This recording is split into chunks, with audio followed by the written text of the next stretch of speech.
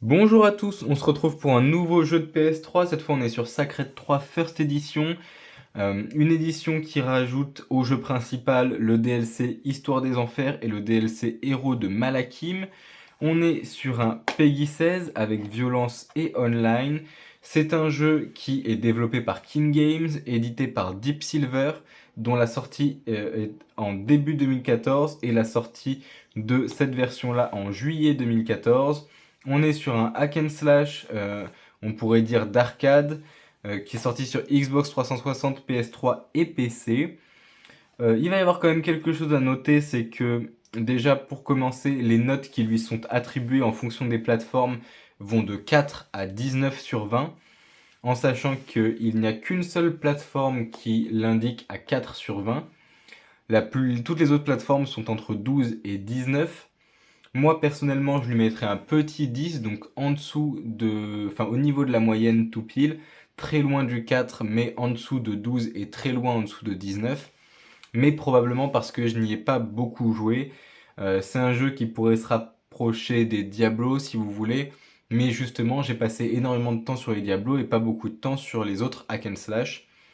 Récemment, il y avait j'ai eu envie de dire Enfer ou Damoclès, mais c'est pas ça, mais Hades. Hades qui est un hack and slash aussi un peu du même genre, je crois.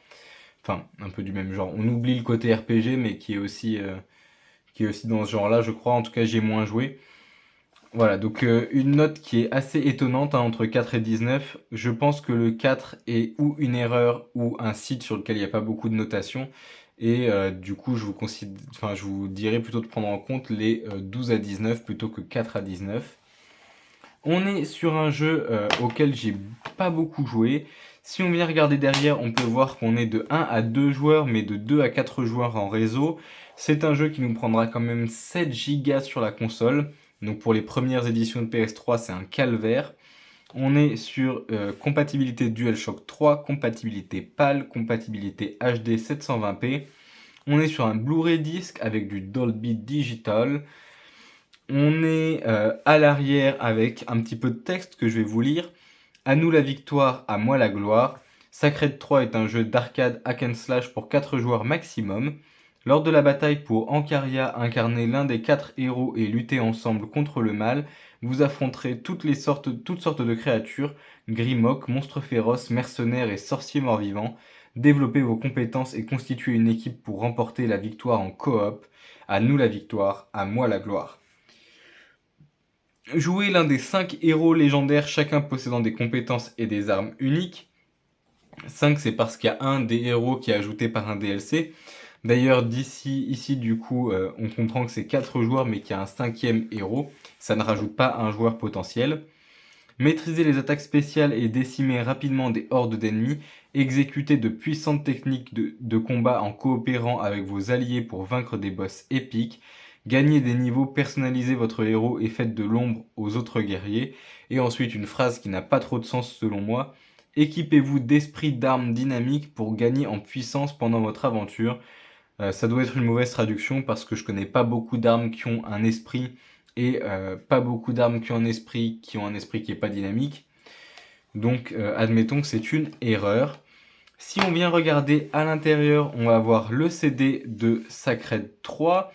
On voit ici que 3 héros, pas le quatrième qui est rajouté, pas le cinquième qui est rajouté, pardon. Là pareil, on n'a que 4 héros et pas le cinquième qui est rajouté, qui est donc celui-ci. Hein, on peut regarder ici, il n'y a pas l'homme qui fait du feu, qui est ici, là, qui a la main en feu, qui est donc le héros ajouté. On va avoir une illustration qui est sensiblement identique à la couverture de la boîte. Idem pour le mode d'emploi, puisque les illustrations des personnages ont dû être faites et après ça peut être déplacé. Hop, on va retirer ici ceci. Donc là, on a le papier de la First Edition, donc avec les 2 DLC. Le code à l'arrière que je ne vais pas vous montrer. Normalement, je l'ai déjà utilisé, donc il n'est plus utilisable. Mais dans le doute, par réflexe, je ne vous les montre jamais.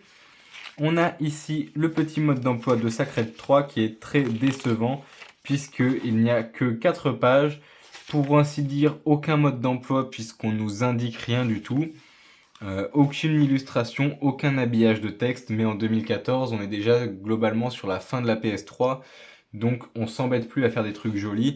De la même manière, pas d'habillage à l'intérieur de la boîte, ce qui est assez peu étonnant, c'est quelque chose qu'on retrouve surtout sur les jeux de Switch. Je pense qu'on a plutôt fait le tour de ce jeu, c'est pas un jeu auquel j'ai beaucoup joué.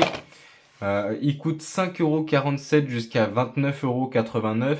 À 5,47€, clairement, je vous le conseille, surtout si le code est encore valable, mais ça, vous le saurez pas à l'avance. À 30€, je ne vous le conseillerais pas, il y a beaucoup d'autres hack and slash qui sont bien, voire beaucoup qui sont à mon sens meilleurs, voire beaucoup qui sont à mon sens meilleurs et gratuits. Donc orientez-vous plutôt vers un hack and slash sur PC ou alors un hack and slash plus récent. Je vous dis merci à tous et bonne journée.